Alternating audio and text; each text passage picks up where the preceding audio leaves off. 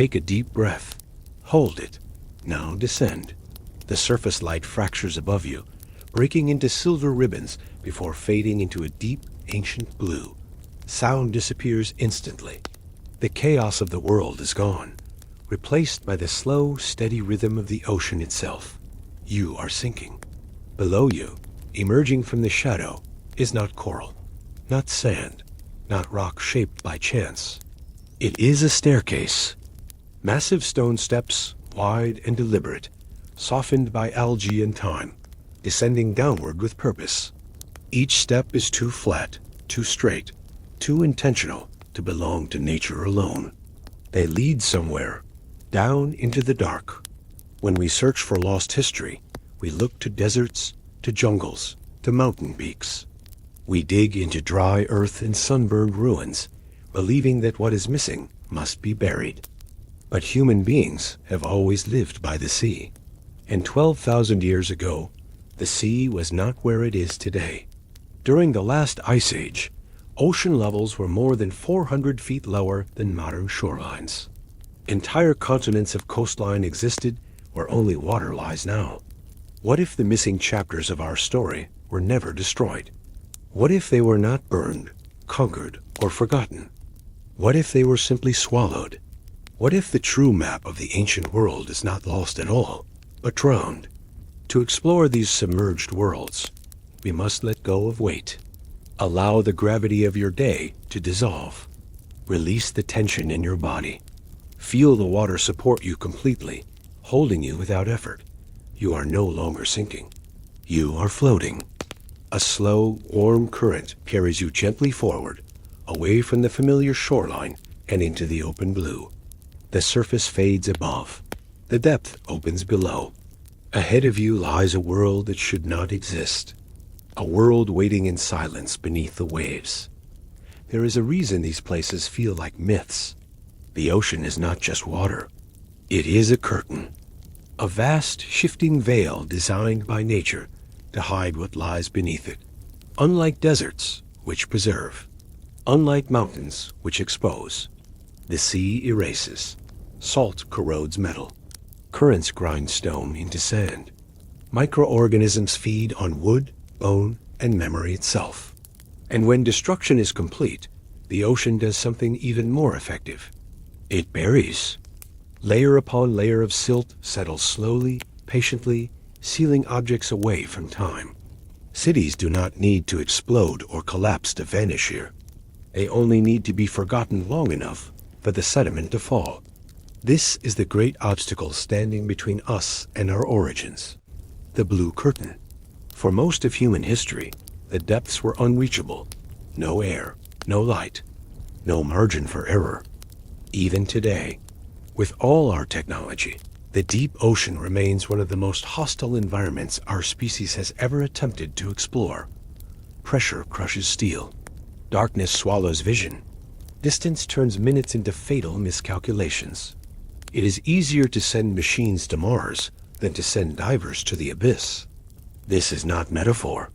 It is measurement. We have mapped the surface of Mars in higher resolution than more than 80% of Earth's ocean floor. We know the height of mountains on distant planets more precisely than we know the shape of our own submerged continents. The irony is staggering. The place where life may have begun. The place where humanity almost certainly spent most of its early history. The place where our oldest coastal settlements would have stood. All of it lies beneath the waves. When the last ice age reached its peak, vast amounts of the planet's water were locked away in colossal ice sheets. Glaciers miles thick covered North America, Northern Europe, and Asia. Sea levels were dramatically lower, exposing continental shelves that are now drowned. These were not narrow strips of beach. They were enormous landscapes. River valleys, grasslands, forests, estuaries rich with fish and shellfish. Places where fresh water met salt water, creating ecosystems so abundant that human populations naturally gathered there. This is where people would have lived. Not on barren mountaintops, not deep in deserts, but along the edges of rivers that no longer exist, flowing through lands that now have no name. When the ice began to melt, the world did not simply warm, it transformed. Over thousands of years, the oceans rose more than 120 meters. But this rise was not smooth. It did not happen gently. It came in surges, pulses, moments of rapid catastrophe when coastlines retreated faster than any community could adapt. Imagine standing on a shore and watching the sea move inland by dozens of meters within a single human lifetime. Imagine rebuilding your home again and again, only to abandon it when the water claims it for the final time. Now multiply that experience across the entire planet. An area roughly the size of Europe and China combined disappeared beneath the ocean. Millions of square miles of habitable land were erased from the map. What we call continents today are only the highest surviving ground, the peaks, the remnants. We are not living on the true face of the ancient earth. We are living on its mountaintops. The lowlands, where rivers braided and coastlines curved gently into the sea, are gone. Those were the places where early cultures would have flourished, traded, experimented, and remembered. And those places are now silent. The problem is not just that these lands are underwater. It is that time itself works differently there. On land, ruins announce themselves. Walls collapse upward. Stones scatter. Pottery fragments glint in sunlight. Archaeology begins with visibility. Underwater, nothing announces itself. A stone wall becomes a reef. A road becomes a line of shadows. A harbor becomes an unnatural calm in the movement of sand. To the untrained eye, everything looks like geology. Right angles vanish first. Edges soften. Symmetry blurs. And without context, even deliberate design can appear accidental. This is why the debate over sunken structures is so fierce. The ocean gives no easy answers. When researchers encounter a submerged formation, the first assumption is always nature. Waves fracture rock. Tectonic forces crack stone. Sedimentary layers split into geometric patterns. And often this explanation is correct. But sometimes the geometry persists.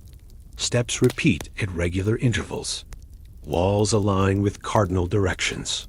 Platforms appear too flat, too deliberate, too functional to dismiss.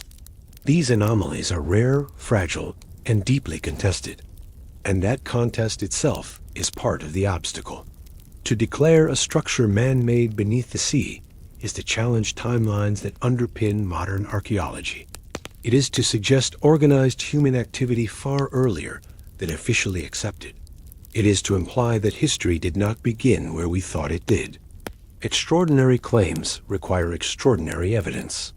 But extraordinary evidence is the one thing the ocean makes nearly impossible to retrieve. Every dive is expensive. Every expedition is dangerous. Every artifact must be dated with extreme caution, because currents move objects, sediments mix layers, and certainty dissolves quickly underwater. The blue curtain does not just hide ruins. It hides confidence. This is why so many submerged discoveries remain labeled as natural formations, even when questions linger. The burden of proof is immense, and the cost of being wrong is professional exile. Yet despite this, the ocean continues to whisper. Fishing nets drag up worked stone and ancient tools. Sonar reveals straight lines where none should exist. Divers return with images that refuse to settle into easy explanations. Something is there. Not everywhere, not always, but often enough to unsettle the story we tell ourselves about our past. We are conditioned to imagine early humans as nomadic, scattered, technologically simple. But this image comes largely from what survived on land, from what the ocean did not take. If entire coastal cultures existed, thriving for thousands of years before the flood, their absence from the archaeological record would not be proof of non-existence. It would be expected. The sea would have erased them almost completely. What remains would be fragments, anomalies, questions without clean answers. And those questions accumulate. They gather like pressure in the deep. As technology advances, we are beginning to peel back the curtain, not all at once, but slowly. Sonar mapping reveals ancient shorelines etched into the seabed. Submerged river channels snake across continental shelves. Once dry valleys are now highways for deep currents. These are not theories. They are maps of a lost world. A world that existed for tens of thousands of years. A world where human beings adapted, learned, told stories, and watched the horizon just as we do today.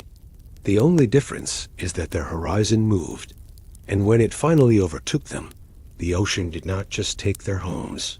It took their place in history. This is the scale of what we are confronting.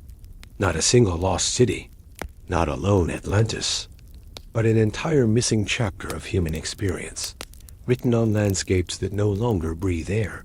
The blue curtain still hangs between us and that chapter, and we have only just begun to lift it. To understand what may lie beneath the ocean, we must abandon the modern map. The world we recognize is a snapshot, frozen in time by the present sea level.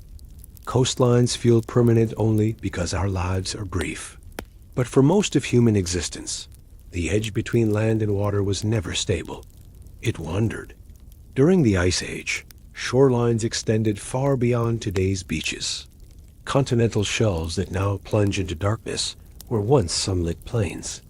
People did not live near the sea. They lived on it. What we now call the ocean floor was once the most desirable real estate on Earth. Freshwater rivers flowed across these plains, carving valleys that are still visible in sonar scans today. They emptied into shallow seas rich with life. Fish gathered, shellfish thrived, birds migrated, large mammals followed the vegetation, and humans followed all of them. This is not speculation. It is behavioral logic. Hunter-gatherers consistently chose environments where multiple food sources overlapped. Coastal lowlands offered protein from the sea, plants from fertile soils, and access to inland routes. These were not marginal zones. They were centers of abundance. If complex societies were ever to emerge early, this is where they would have done so. But these landscapes are gone. When the ice collapsed, the sea did not simply rise. It invaded. Shorelines retreated inland year after year. Camps became villages. Villages became memories. Entire regions were abandoned as the water advanced relentlessly forward.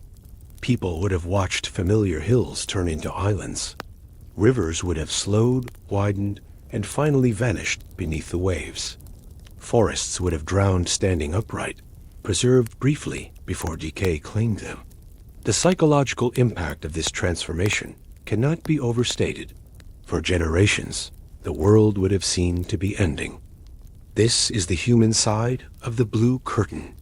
We often speak of lost civilizations in terms of stone and architecture, but most early cultures did not build in stone.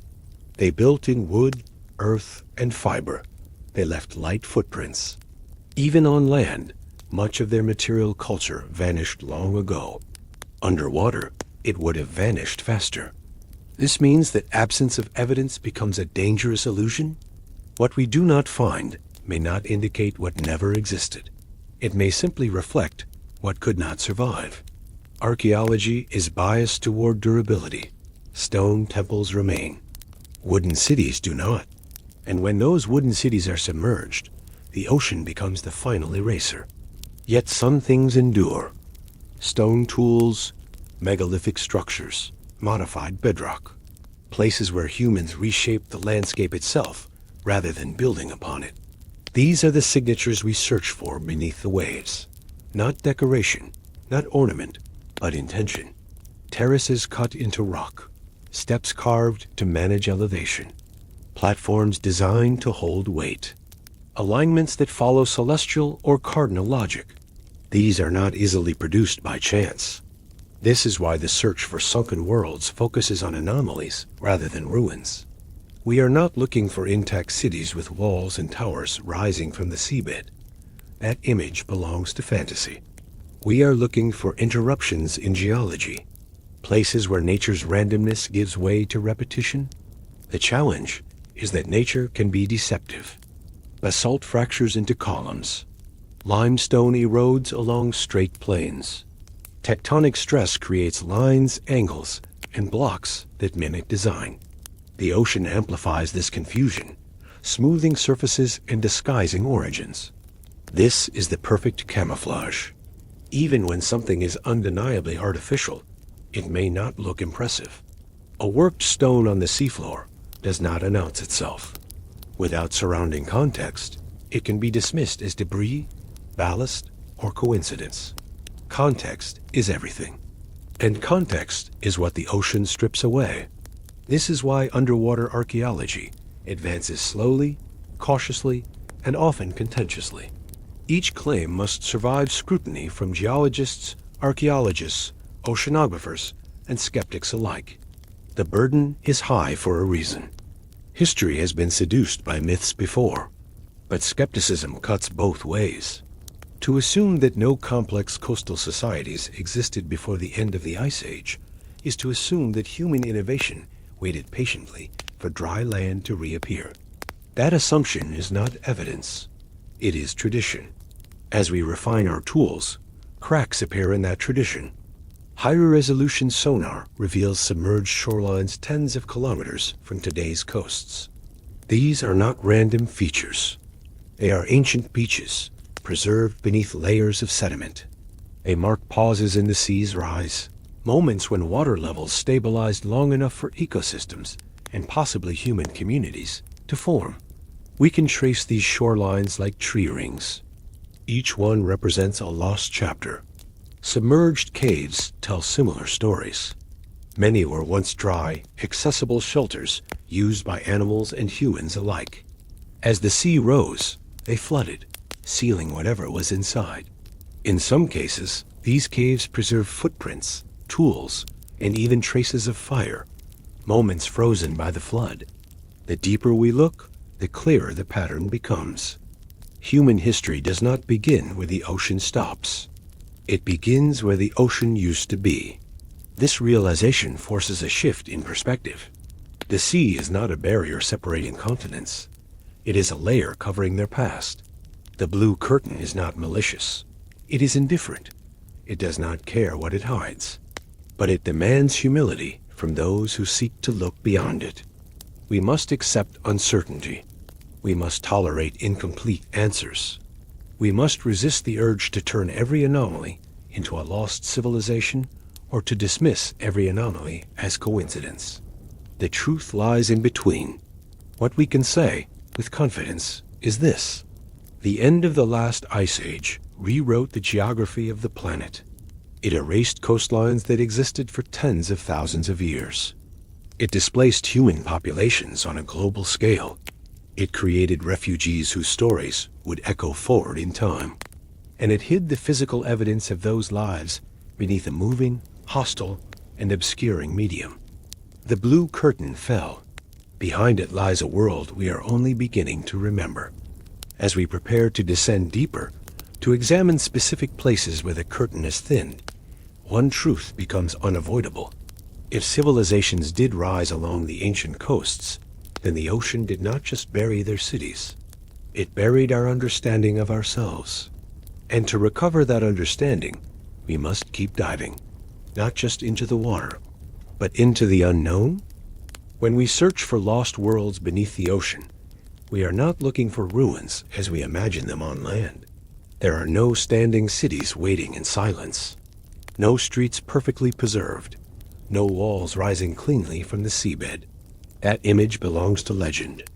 The reality is subtler, quieter, and far more difficult to interpret. Underwater, the past does not announce itself. It whispers. To hear it, we must learn to recognize what does not belong.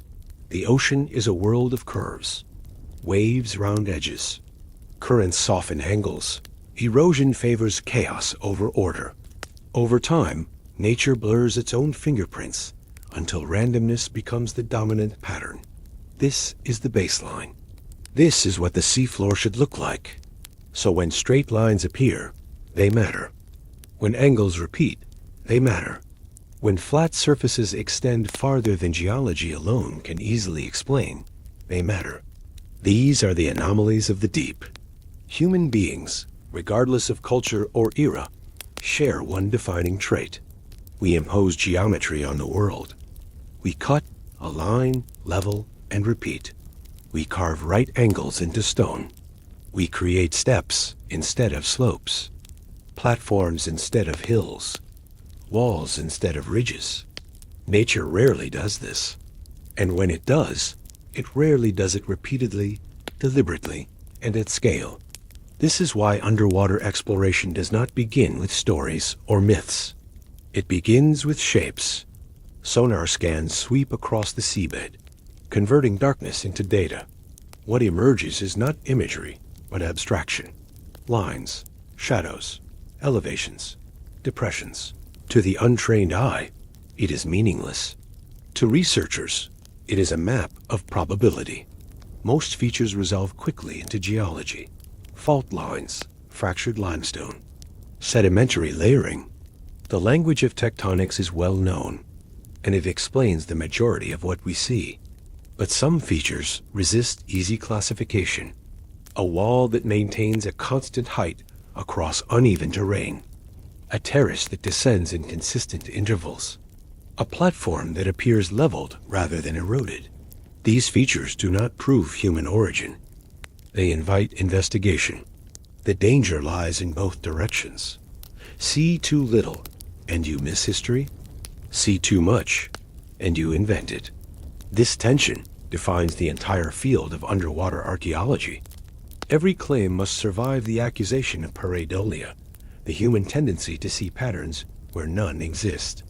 Our brains evolved to find order, even in noise. Underwater, this instinct becomes a liability. Yet to ignore all pattern is equally flawed, because humans did shape the ancient world. We know this from land-based archaeology. We know it from quarries, terraces, causeways, and megalithic sites carved directly into bedrock. These were not decorative choices. They were practical solutions to living in complex environments. If similar modifications exist underwater, they will not look dramatic. They will look functional. A cut made to control water flow. A step carved to manage elevation. A flat surface created to build upon. These are subtle signatures. And subtle signatures are exactly what the ocean is best at disguising. Time complicates everything. A structure submerged for 2,000 years may still appear recognizable. A structure submerged for 12,000 years will not. Edges collapse. Surfaces pit. Corners soften. Biological growth coats everything in a living skin. Coral, algae, and sponge turn architecture into reef. What was once a human space becomes habitat. This transformation is so complete that even experienced divers can swim directly over artificial features without recognizing them. This is why many discoveries are accidental. A fishing trawler snags something heavy. A pipeline survey detects an unexpected alignment. A diver follows curiosity rather than protocol. And suddenly, a question appears where none existed before. Could this be intentional? Could this be older than we think? The most important shift, then, is not technological. It is conceptual. We must stop asking whether a site looks like a city, and start asking whether it looks like modified land. Early humans did not need skyscrapers or temples to be advanced. They needed shelter, access, control, and memory. They shaped landscapes to serve those needs. If coastal cultures existed before the flood, they would have worked with stone sparingly and strategically. They would have altered rock where it mattered most. At shorelines, at river mouths, at elevated ground safe from tides. Those are the places we search now, guided not by myth, but by probability. This is where the ocean begins to give something back. Not answers, clues. And with those clues, we descend deeper, from abstraction to location, from anomaly to place. The hunt for echoes has begun. Off the southern coast of Japan, where the East China Sea meets the Pacific, there is a place where the ocean behaves differently. The currents are strong. The visibility shifts quickly. The seafloor drops away without warning. It is not a forgiving environment, even for experienced divers. And yet, beneath these restless waters, something waits. In 1986, a local diver searching for hammerhead sharks descended near the island of Yonaguni. What he encountered was not marine life, but stone. Not scattered boulders, stone arranged. What rises from the seabed here is immense. A single mass of rock, carved into terraces, steps, and platforms so large that divers appear small against it. The structure stretches more than 100 meters in length and towers several stories high. At first glance, it is overwhelming. Flat surfaces extend outward like plazas. Sharp edges define corners. Steps descend in clean intervals, wide enough to walk side by side. Vertical faces drop straight down, meeting horizontal planes at near-perfect right angles. This is not what erosion is expected to leave behind. The formation sits approximately 25 meters below the surface. At that depth, sunlight still reaches the stone, illuminating its geometry with an eerie clarity. Algae traces the edges. Fish move through spaces that feel less like reef and more like architecture. Divers often report the same sensation. This place does not feel accidental. One of the most striking features is a stepped pyramid-like structure, rising in terraces rather than slopes. Each level appears deliberately cut, with consistent height and depth. The steps are not random fractures. They repeat. Nearby, a flat rectangular depression has been dubbed the pool. Its edges are straight. Its interior is level. It looks less like a natural hollow and more like a space designed to hold something. Further along, a broad platform known as the stage opens outward, as if meant to be stood upon. From here, the formation overlooks the surrounding seabed, commanding a view that would have once faced open land, not water. Then there is the loop road, a narrow, continuous path carved into the rock that curves gently around the structure, maintaining a consistent width.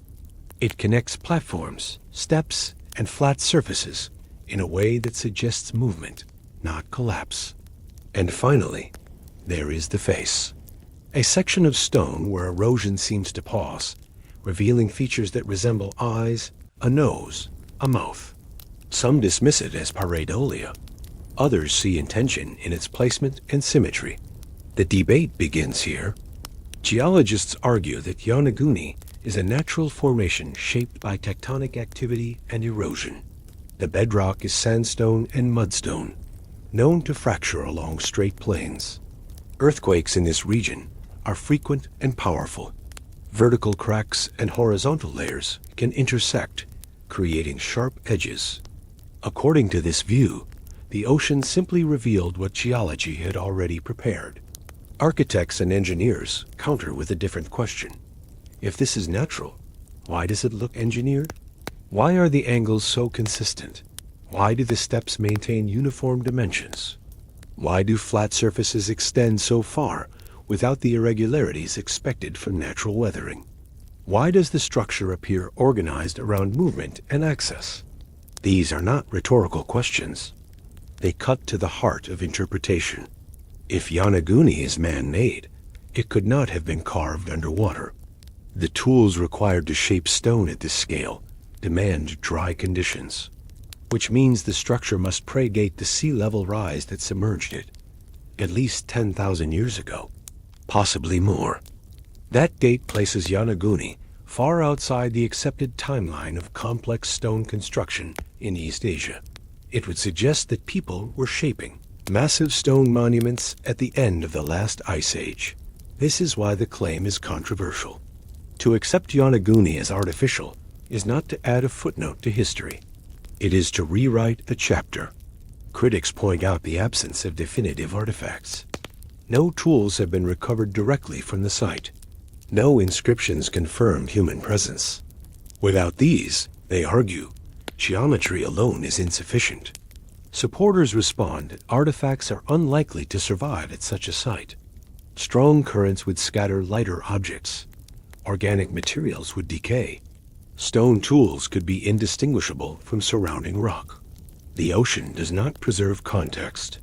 What remains is form, and form is what Yonaguni refuses to surrender easily to explanation. Some researchers suggest a hybrid origin, that natural rock formations existed first, and humans later modified them. They cut steps where fractures already existed. They leveled surfaces that nature had roughly prepared. This possibility occupies a middle ground. It acknowledges geology without dismissing intention. It also aligns with known human behavior. Early builders often worked with existing stone rather than against it. They enhanced what was already there. Regardless of origin, one fact is undeniable. Yonaguni was once above water. The sea level at the end of the Ice Age places its submersion within a narrow window of time. Whether shaped by nature alone or guided by human hands, the formation belongs to a world that no longer exists. A world of exposed continental shelves. A world of coastlines far beyond today's islands. A world where this massive stone structure would have stood on land, overlooking plains instead of waves. This reframes the question. Not simply, is Yonaguni a city? But what kind of landscape did it belong to? If humans were present here, they were not isolated. They were part of a broader coastal network, now drowned, stretching across what is today open ocean. Yonaguni becomes less an anomaly and more a marker, a surviving fragment of a vanished shoreline. Divers who visit the site often describe a strange stillness. Despite the currents, despite the debate, there is a sense of place, of orientation, of something that once had meaning beyond survival. It does not feel like ruin. It feels like absence. Yonaguni does not prove the existence of a lost civilization, but it challenges us to explain it without assuming one could not have existed. It stands at the threshold between certainty and curiosity, a monument not just of stone, but of doubt, and it invites us to keep looking.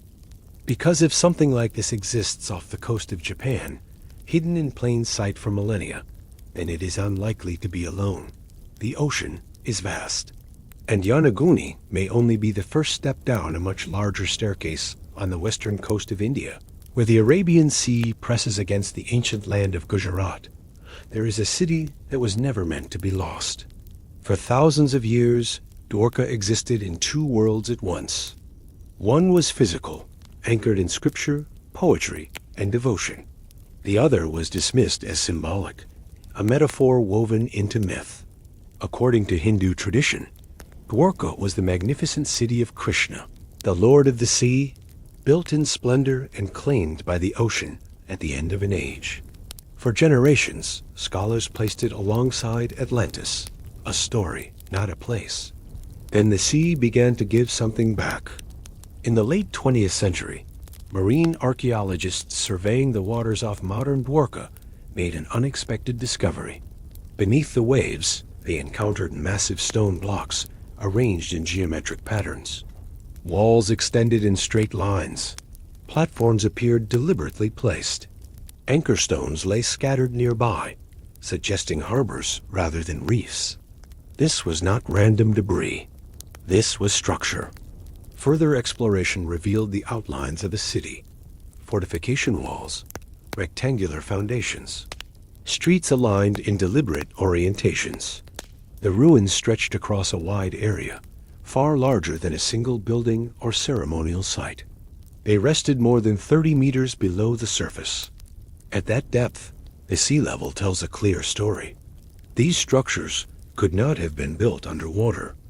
They belonged to a time when this coastline lay far beyond its present boundary, when the sea had not yet advanced to claim the land, when Dwarka stood facing the horizon, not buried beneath it. Artifacts recovered from the site deepened the mystery. Stone anchors indicated seafaring activity. Pottery fragments showed signs of human use. Most striking of all were pieces of wood recovered from beneath the sediment, preserved long enough to be carbon dated. The results were unexpected. Some samples suggested an age of approximately 9,000 years. This date does not align with the traditionally accepted timeline of urban development in the Indian subcontinent. It reaches back beyond the Indus Valley civilization, beyond the cities we recognize as the first in the region. It points to a chapter far older. The implications were profound. If the dating is accurate, Dwarka was not a late Bronze Age port swallowed by chance. It was a coastal settlement that existed near the end of the last ice age, when sea levels were still rising and shorelines were unstable. This aligns uncannily with the ancient texts. According to the Mahabharata, Dwarka was claimed by the sea after Krishna's departure, marking the end of a great age. The description is not poetic erosion. It is sudden inundation. Walls collapse. The ocean advances. The city disappears. For centuries, this was read as allegory. Now it reads like memory. Skeptics urge caution. Dating submerged sites is notoriously difficult. Wood can drift. Sediments can mix layers. Objects may not belong to the structures they rest near. These concerns are valid and necessary. But even conservative interpretations concede something remarkable. There was a substantial human presence here. Not a fishing camp. Not a temporary shelter. A city. Dwarka forces a confrontation between two ways of knowing. One relies on material evidence alone. The other preserves history through story, ritual, and repetition. In most academic traditions, these modes are kept separate. Dwarka blurs that boundary. Here, myth did not invent a place. It remembered one. This does not mean every detail of the legend is literal, but it suggests that ancient cultures may have encoded real events into narrative frameworks capable of surviving catastrophe. When the physical city was lost, the story remained, passed down across generations who no longer saw the walls, but remembered that they had existed. The sea, once again, becomes the agent of disappearance. Unlike earthquakes or war, flooding leaves little behind. It does not scatter ruins across the landscape. It submerges them whole, sealing them beneath layers of sand and time. Dwarka did not fall. It sank. This distinction matters. A sunken city preserves its layout, its orientation, its relationship to the land. It becomes a snapshot, frozen at the moment the water arrived.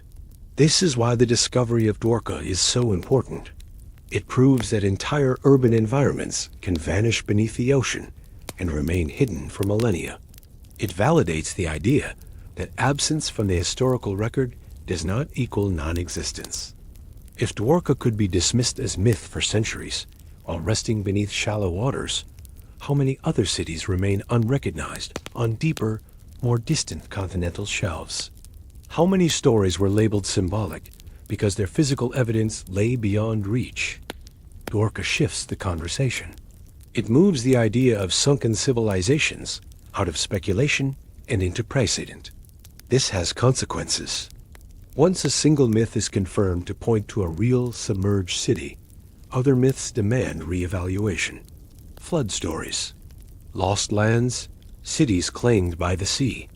They are no longer automatically dismissed as imagination. They become potential maps. Dwarka also reframes the human response to catastrophe.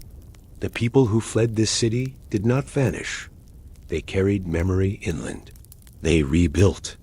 They told stories of a perfect city lost to the ocean, not as warning, but as remembrance. In doing so, they preserved a truth that stone could not. That truth waited patiently beneath the waves. Dwarka does not prove that a global lost civilization once ruled the world. It proves something quieter and far more powerful. That history can drown, and that sometimes the sea returns it.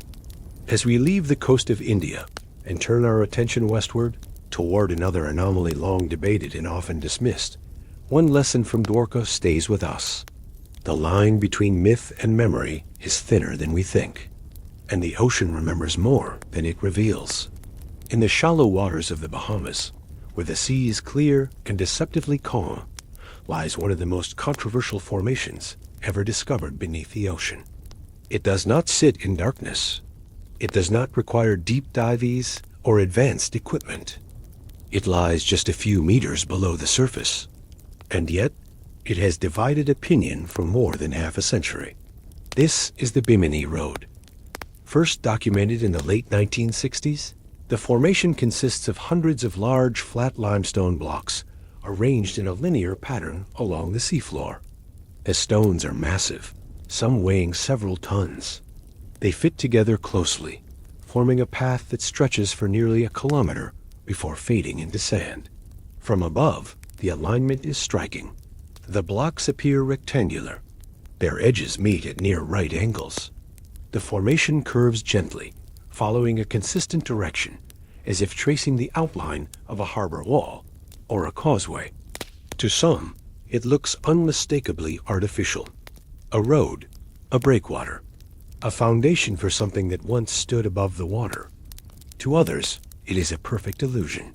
Geologists argue that the Bimini Road is a natural formation known as beach rock. Limestone forms along ancient shorelines, hardening in place. Over time, fracturing causes the rock to break into blocks, often along straight lines. As sea levels rise, these blocks remain where they formed, giving the impression of construction. According to this explanation, nothing was built here. The sea simply rearranged what nature had already shaped.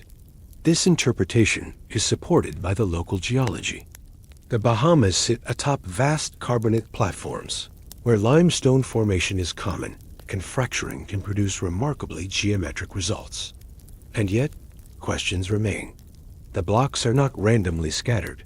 They follow a continuous line. Some appear stacked, with smaller stones beneath larger ones. In places, the alignment bends smoothly, rather than breaking apart chaotically, as fractured rock often does. If this is natural, it is nature behaving with unusual restraint. The debate surrounding Bimini is less about certainty and more about threshold. At what point does coincidence become pattern? Unlike Yonaguni or Dwarka, Bimini offers no clear artifacts, no tools, no inscriptions, no definitive signs of habitation. This makes it easy to dismiss and dangerous to overinterpret. And yet, Bimini plays a crucial role in this story, because even if the formation is entirely natural, it still tells us something important. It marks an ancient shoreline. The Bimini Road formed when sea levels were significantly lower than today. What is now shallow water was once dry land or beach. The Caribbean of the Ice Age was not a scattering of islands. It was an archipelago of vast plains and gentle coasts. Between North and South America, land extended outward, connecting islands and creating migration routes that no longer exist. Rivers flowed where coral reefs now grow. Animals and humans moved freely across terrain that has since vanished. Bimini sits at the edge of this lost world.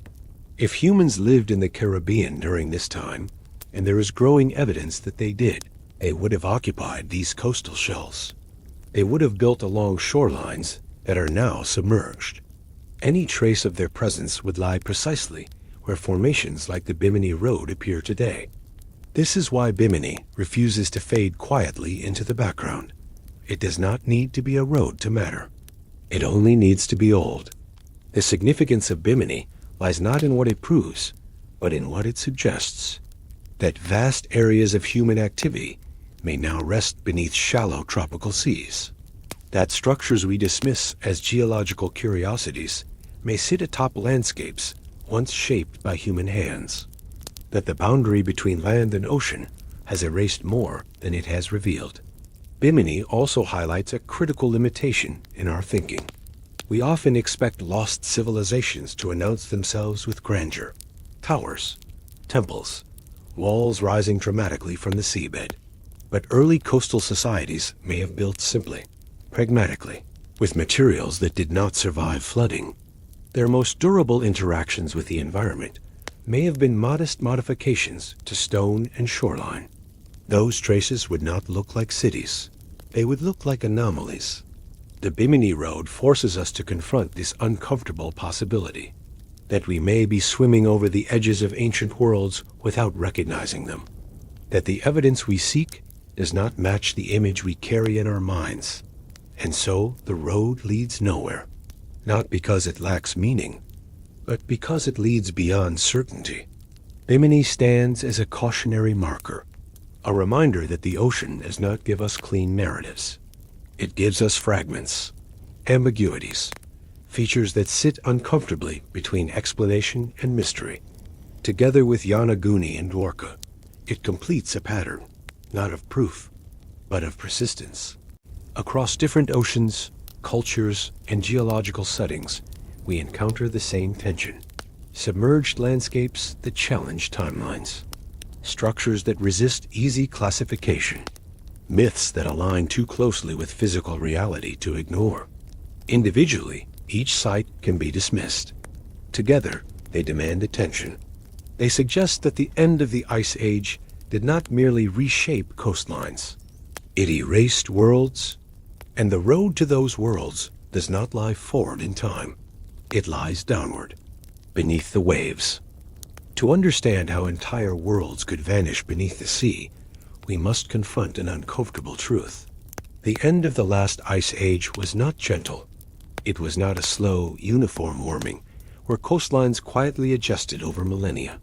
That image is comforting, but incomplete.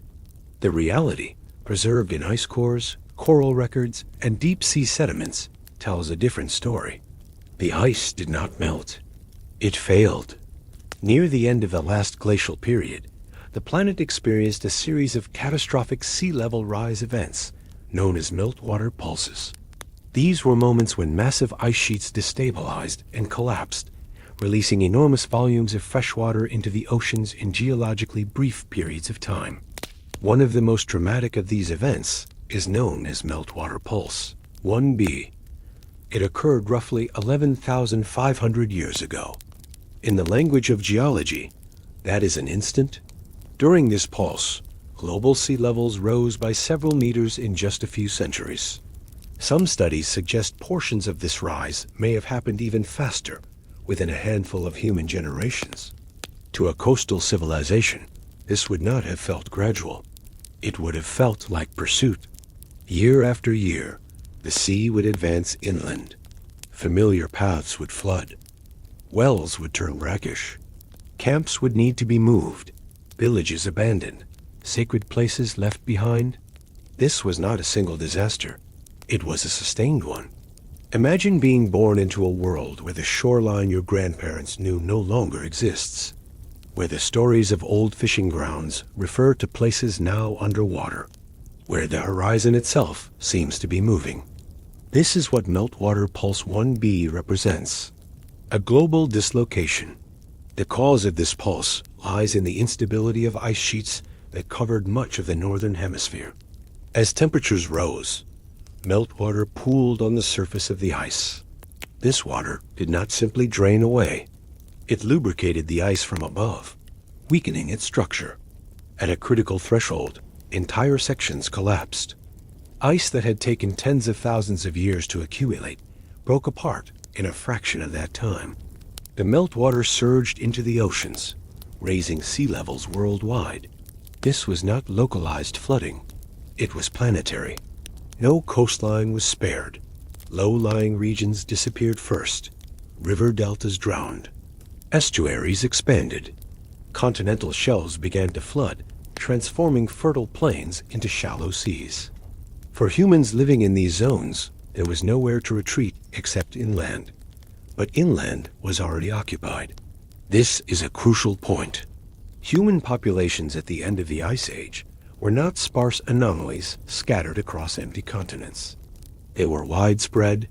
They had territories, seasonal routes, and established relationships with their environments.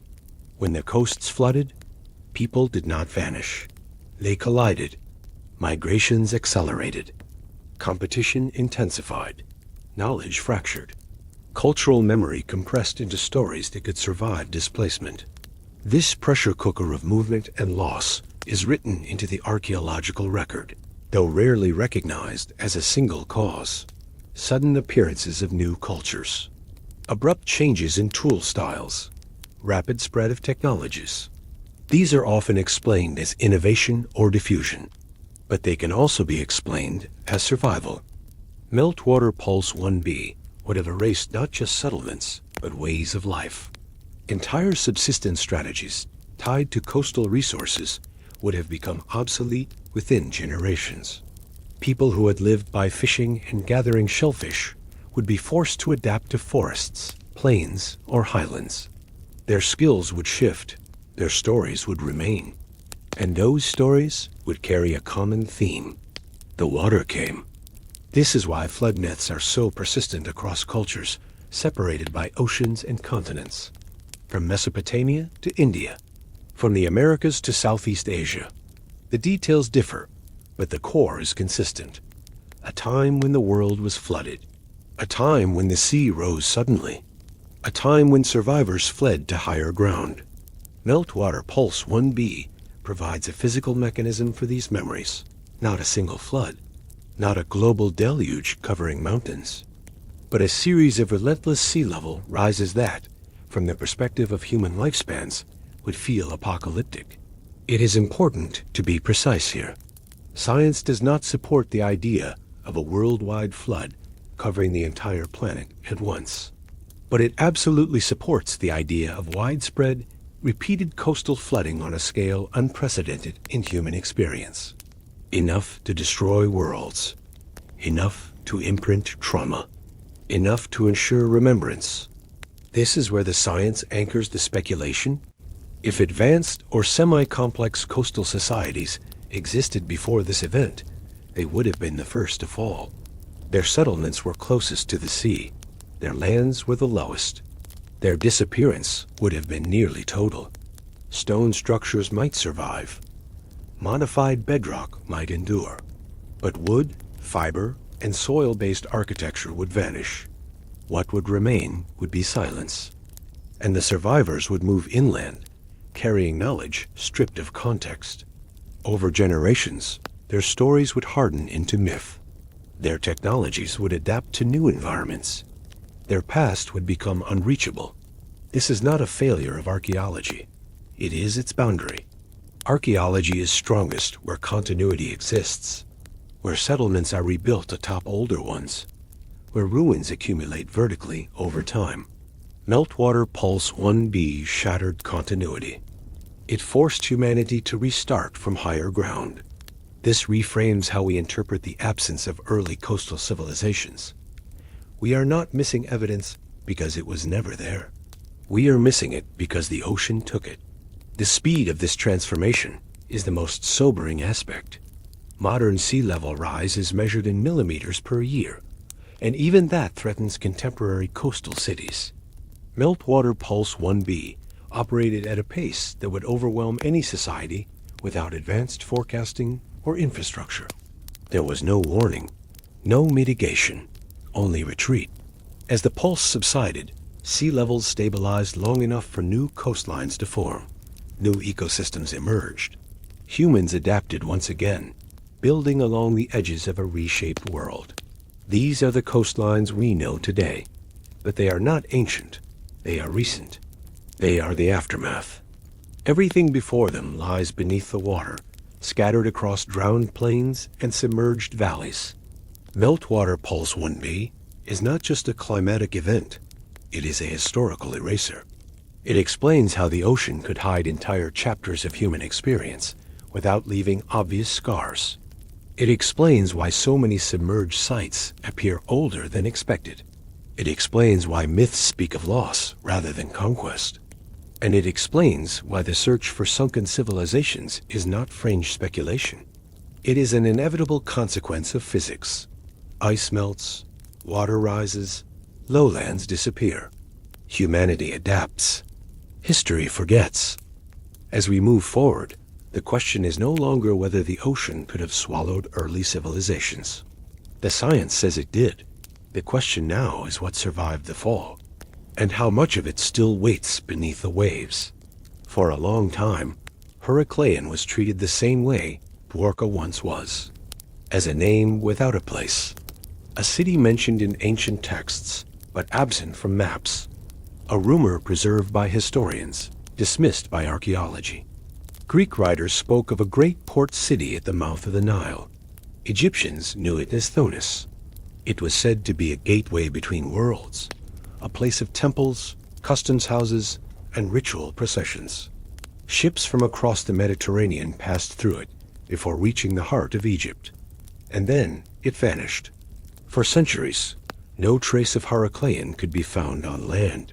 The Nile Delta shifted. Sediments piled up. Coastlines changed.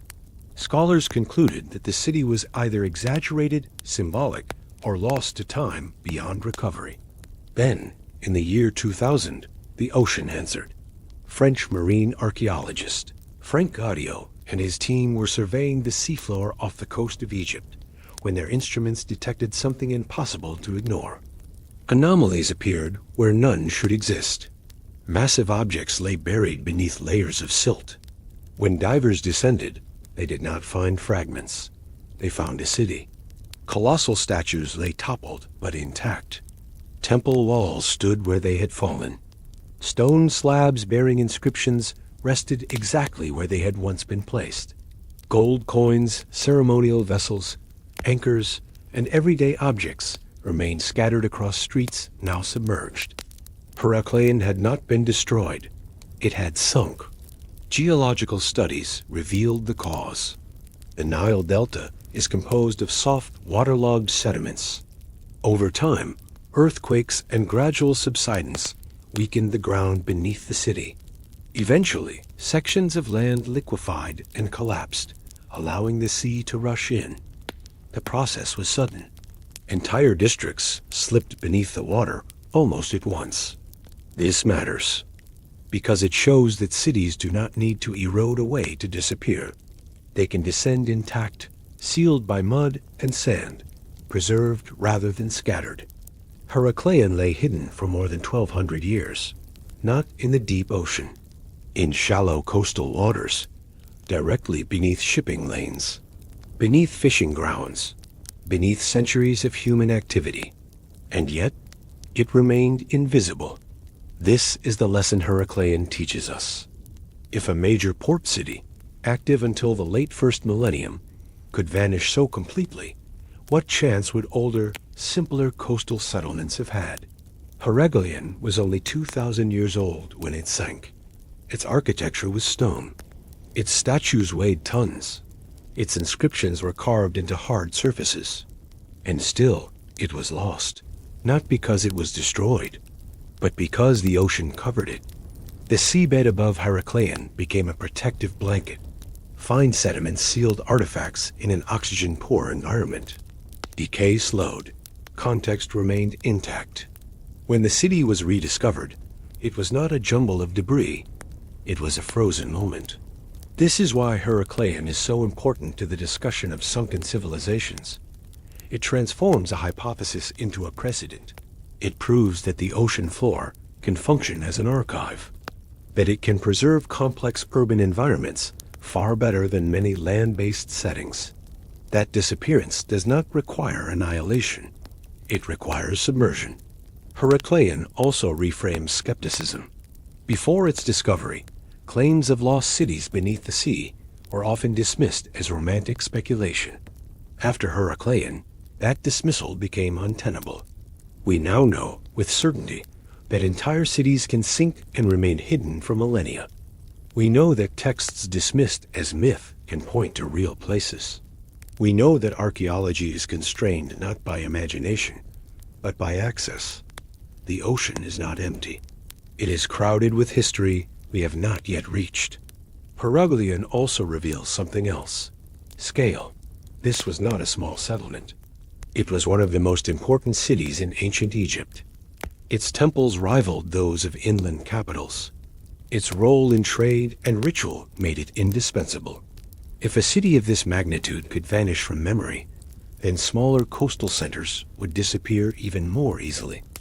Fishing towns, trading hubs, ceremonial sites, early ports. These places would leave almost nothing behind on land. Their absence from the record would be total. Unless we look underwater, Heracleion forces us to adjust our expectations. We should not expect to find pristine ruins from the end of the Ice Age. Time and submersion would have altered them. But we should expect to find patterns. alignments, concentrations of stone, modified landscapes preserved beneath sediment. Exactly what underwater surveys are beginning to reveal. This discovery also dissolves a common objection, that the ocean is too destructive to preserve ancient structures. Heracleion proves the opposite. In the right conditions, the ocean preserves better than land. On land, cities are looted, rebuilt, repurposed, and destroyed again and again. Underwater, they are sealed, forgotten, left alone, protected by obscurity. This makes the ocean floor not a graveyard, but a vault. Heracleion is not an outlier. It is a demonstration, a controlled experiment conducted by nature. It shows us what happens when a city sinks. And once we understand that process, we can apply it backward in time, to coastlines that vanished 10,000 years ago, to settlements erased by meltwater pulse 1b, to cultures that never had the chance to rebuild on higher ground. If Heracleion can survive beneath the sea for a millennium and be rediscovered intact, then older cities may still be there too. Deeper, more fragile, harder to recognize, but not gone. The resurrection of Heracleion does not prove the existence of a lost global civilization. It proves something more essential, that the ocean is capable of hiding history on a massive scale, and that what we have found so far is only a fraction of what remains. The sea did not destroy our past. It stored it, waiting, patient, silent, until we learned how to look. As we drift above these silent streets and fallen statues, one realization settles in. Our world is not as stable as it feels. Cities rise, cities fall, and sometimes they simply slip beneath the surface, leaving no trace behind for those who come after. If this journey beneath the waves speaks to you, if the idea of forgotten worlds and submerged histories stirs something deeper, consider subscribing to the channel. There are countless stories still hidden below the surface of time, and we are only beginning to dive. There was a time when Britain was not an island. The North Sea did not exist as we know it today. In its place stretched a vast expanse of lowland, a fertile plain connecting what is now England to mainland Europe. Rivers flowed where ships now pass. Forests stood where waves now break. This land had a name, Doggerland. It was not a narrow bridge or a temporary crossing. It was an entire world. Larger than modern Britain itself, Doggerland extended across the heart of northern Europe, bounded by glaciers to the north and rising hills to the south. For thousands of years, it was home. Imagine walking from what is now London toward what would one day be Berlin without ever seeing the sea. The ground beneath your feet is rich and soft. Grasslands stretch outward, interrupted by wetlands alive with birds. Slow rivers wind across the plain, thick with fish. Herds of mammoth and red deer move through open woodland. This was one of the most resource-rich environments in prehistoric Europe. Human beings did not merely pass through Doggerland. They settled there.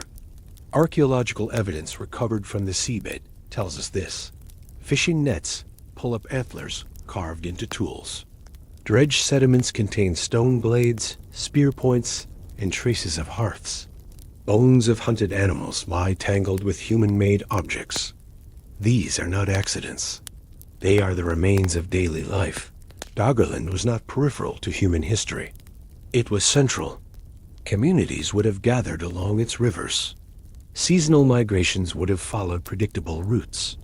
Knowledge of the land would have passed from generation to generation. Children would have learned where the fish gathered, where the ground stayed dry, where the herds returned each year. This was not wilderness. It was homeland. As the Ice Age waned, Doggerland began to change. At first, the transformation was subtle. Winters softened. Glaciers retreated. Meltwater filled the rivers, making them broader and slower. Marshlands expanded. Then the sea began to arrive, not all at once, not as a single wave, but relentlessly. Coastlines crept inland year after year. Low-lying areas flooded seasonally, then permanently. Paths that once crossed dry ground became tidal flats. Familiar landmarks disappeared. The people of Doggerland adapted as long as they could. They moved their camps. They followed the retreating land. They adjusted their lives to a shrinking world. But there was a limit. Eventually, retreat was no longer possible. The final blows may have come in sudden events, massive storms, rapid sea level surges, even a colossal tsunami triggered by a submarine landslide off the coast of Norway, known as the Storegga Slide. When it struck, waves tens of meters high would have raced across the already drowning plain. For those who lived there, it would have felt like the end of the world. And for Doggerland, it was. What remained was a scattering of islands, then only high ground, then nothing at all. By around 8,000 years ago, Doggerland was gone. The North Sea had taken its place. The people who once lived on that land did not disappear. They fled to higher ground. Some moved west into what became Britain. Others moved south and east into continental Europe. They carried with them stories. Stories of a land that sank, of forests swallowed by water, of a homeland lost beneath the sea. These stories did not need to be written to survive. They lived in memory.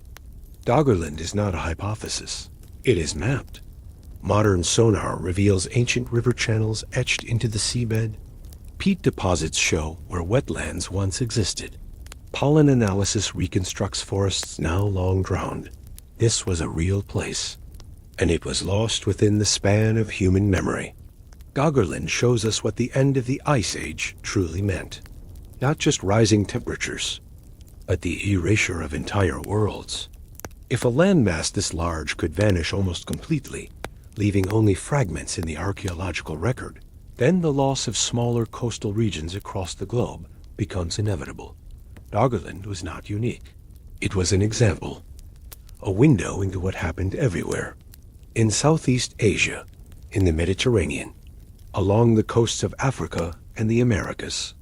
Wherever humans lived near the sea eventually came for them. Doggerland allows us to imagine these losses not as abstractions, but as lived experience. The sound of waves where there were once birds. The smell of salt where there was once soil. The quiet realization that the land would not return. This is the emotional core of the sunken civilization's hypothesis. Not grandeur, loss, not mystery, displacement.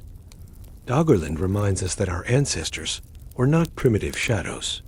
They were people who loved their land, knew its rhythms, and watched it disappear. And as we stand on modern coastlines, building again at the water's edge, the drowned forests of the North Sea whisper a warning. The map of the world is temporary, and the sea is patient. Across the world, the same story appears again and again. It emerges in cultures separated by oceans, languages, and millennia. It survives in traditions that never met, in civilizations that developed independently. A great flood, a rising sea, a world undone by water, from Mesopotamia to India, from China to the Americas, from island cultures of the Pacific to the ancient peoples of Northern Europe. The details change. Sometimes the flood is sent by gods. Sometimes it is a punishment. Sometimes it is a cleansing. Sometimes it is simply inevitable. But the core remains. The water comes. The land disappears. Survivors flee to higher ground. A new world begins. For a long time, these stories were treated as coincidence or imagination. Scholars argued that floods are common, that rivers overflow, that myths exaggerate local disasters into cosmic events. This explanation is neat and insufficient. River floods do not erase continents. They do not swallow entire coastlines. They do not force mass migrations across thousands of kilometers. The flood myths speak of something larger, something collective, something remembered. When viewed through the lens of the end of the Ice Age, these stories align with a global experience shared by early humanity. Not a single flood, but a long trauma. Generation after generation, People watched the sea advance. They saw forests drown. They saw animals vanish. They saw sacred places disappear beneath water that did not recede. This was not an event you could prepare for. There was no rebuilding afterward, only leaving. Memory behaves differently under trauma. It compresses time. It sharpens emotion. It preserves the outline of experience while losing precise detail. Over centuries, decades become days. Gradual processes become sudden catastrophes. 1,000 years of sea level rise becomes one night of destruction. This is how lived reality becomes myth. The flood stories do not preserve geology. They preserve fear. They preserve loss. They preserve the knowledge that the world is not fixed. In many traditions, the flood marks the end of an age, a line between what was and what followed. The survivors are often described as carriers of knowledge, tasked with restarting civilization. This pattern mirrors what we would expect from Ice Age refugees. People forced inland would bring skills, stories, and fragments of their former lives. But removed from their original environment, much of that knowledge would lose relevance. Fishing cultures become agricultural. Coastal navigators become river people. Technologies adapt. Social structures simplify or change. What remains is the memory of loss. And a warning, flood myths also carry a moral dimension. Human arrogance, divine displeasure, broken harmony. These themes may not reflect literal causes, but they reveal psychological processing. When catastrophe has no clear enemy, meaning must be constructed. The sea cannot be blamed, so the story finds other explanations. This does not make the myths false. It makes them human. Seen this way, flood myths are not evidence of a global deluge. They are evidence of a shared wound, a planetary-scale displacement that shaped the trajectory of human culture. Doggerland gives us a reference point. Dwarka gives us a precedent. Meltwater Pulse 1b gives us a mechanism. Together, they form a coherent picture. The end of the Ice Age was not just a climatic transition. It was a civilizational reset. And resets leave scars. The remarkable thing is not that flood myths exist. It is that they survived, despite migration, despite language loss, despite the disappearance of the very landscapes they describe. These stories endured because they mattered. They explained why the land was gone. They explained why people lived where they did. They explained why the past felt unreachable. They anchored identity to memory rather than place. In this light, the idea of sunken civilizations does not require extraordinary imagination.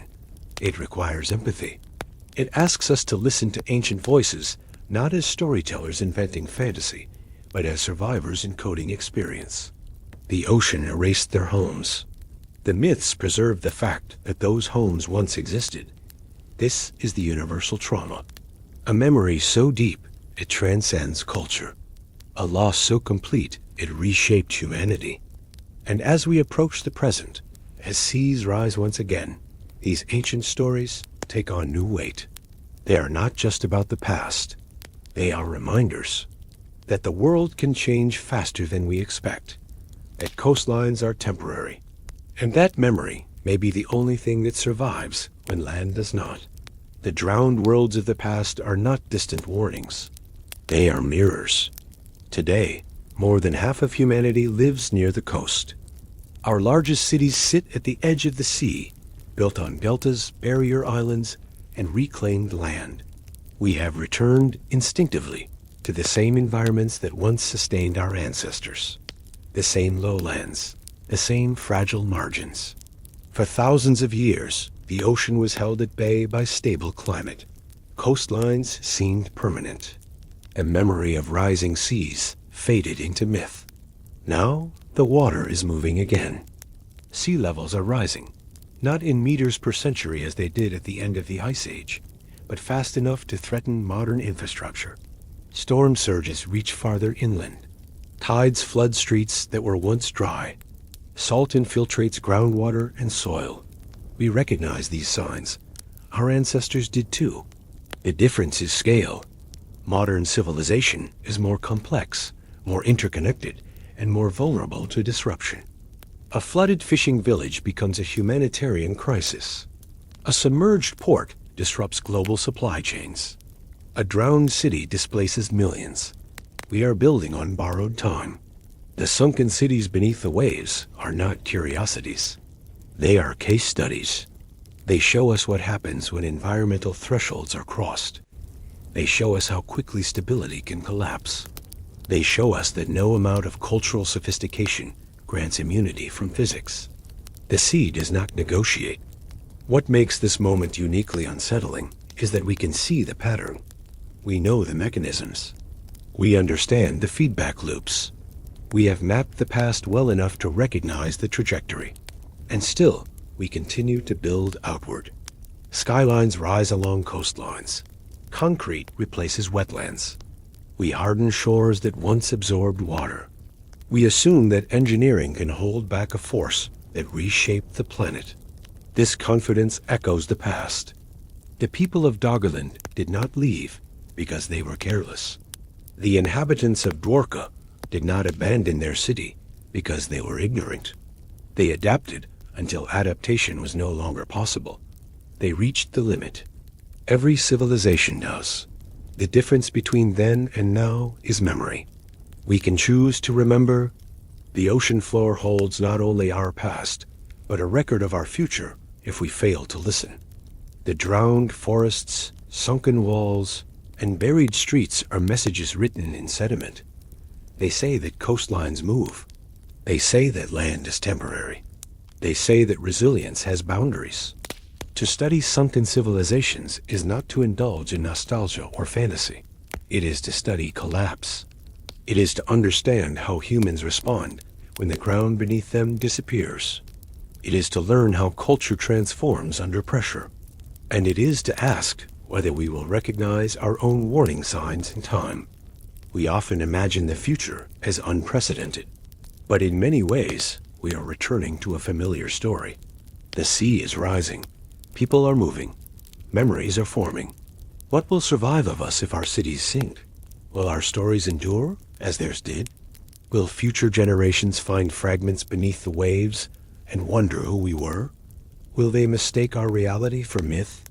The past beneath the ocean does not judge us. It invites reflection. It reminds us that the boundary between civilization and disappearance is thinner than we like to believe, and that the water, patient and indifferent, will always reclaim what lies in its path. We have descended beneath the surface of the world. We have stood on the terraces of Japan, where stone steps disappear into the sea. We have traced the walls of a city once ruled by legend on the shores of India. We have followed a road that may lead nowhere and everywhere in the shallow waters of the Caribbean. We have walked across a vanished continent in the North Sea, imagining forests where waves now roll. We have watched the ice fail, the oceans rise, and entire landscapes disappear within the span of human memory. We have seen that the map of the world is not fixed. It shifts, it drowns, it forgets. What remains are fragments, anomalies carved into stone, cities sealed beneath silt, stories carried inland by survivors. Together, they form a quiet pattern, not of lost greatness, but of impermanence. Human history is not a straight line rising upward. It is shaped by forces far larger than culture or ambition. Climate moves, water advances, civilizations adapt, migrate, or vanish. We are not the first to stand at the edge of a changing world, and we will not be the last. The ocean is not just water, it is memory. It holds what the land cannot keep. It preserves what time tries to erase. While mountains crumble and cities are rebuilt upon their own ruins, the sea gathers everything quietly, without preference or judgment. What sinks does not argue. It rests. The depths are not empty. They are layered. Every current carries fragments of vanished worlds. Every grain of sand settles atop something older. The ocean floor is not a graveyard. It is a subconscious, a vast planetary mind where experiences are stored rather than resolved. We think of history as something we write. In truth, most of it is something the Earth records on its own terms. The planet does not care which civilizations flourish or fail. It remembers them all the same way, by covering them. The sunken cities remind us that permanence is an illusion. Stone feels eternal only because our lives are brief. Given enough time, even the hardest structures surrender. The sea does not rush this process. It waits. This is why the ruins beneath the waves feel different from those on land. They are not surrounded by decay or noise. They exist in suspension, held in a slow, deliberate stillness. They have completed their story, and in that stillness, there is humility. The ocean teaches us that we are guests, not owners. We arrive, we build, we name places after ourselves, and eventually we leave, whether by choice or by force. The shoreline is not a boundary. It is a negotiation that never ends. Every generation redraws it, believing their version will last. Every generation is eventually corrected. What lies beneath the waves is not a warning carved in stone. It is a lesson written in silence. The civilizations that came before us did not fail because they lacked intelligence or creativity. They failed because they lived on a dynamic planet, because no amount of culture can stabilize ice sheets or command the sea. This realization does not diminish humanity. It grounds it. It places us back into the natural order, not above it. There is a strange comfort in this. To know that our struggles, our achievements, and our losses will one day be softened by water and sand. That the noise of our age will fade into the same quiet that holds ancient forests and forgotten cities. The ocean claims everything in the end, not with violence, but with patience. And when it does not erase meaning. It transforms it. What was once lived becomes remembered. What was once solid becomes symbolic. What was once urgent becomes still. In the depths, there is no ambition, only continuity. The sunken worlds are not tragedies frozen in time.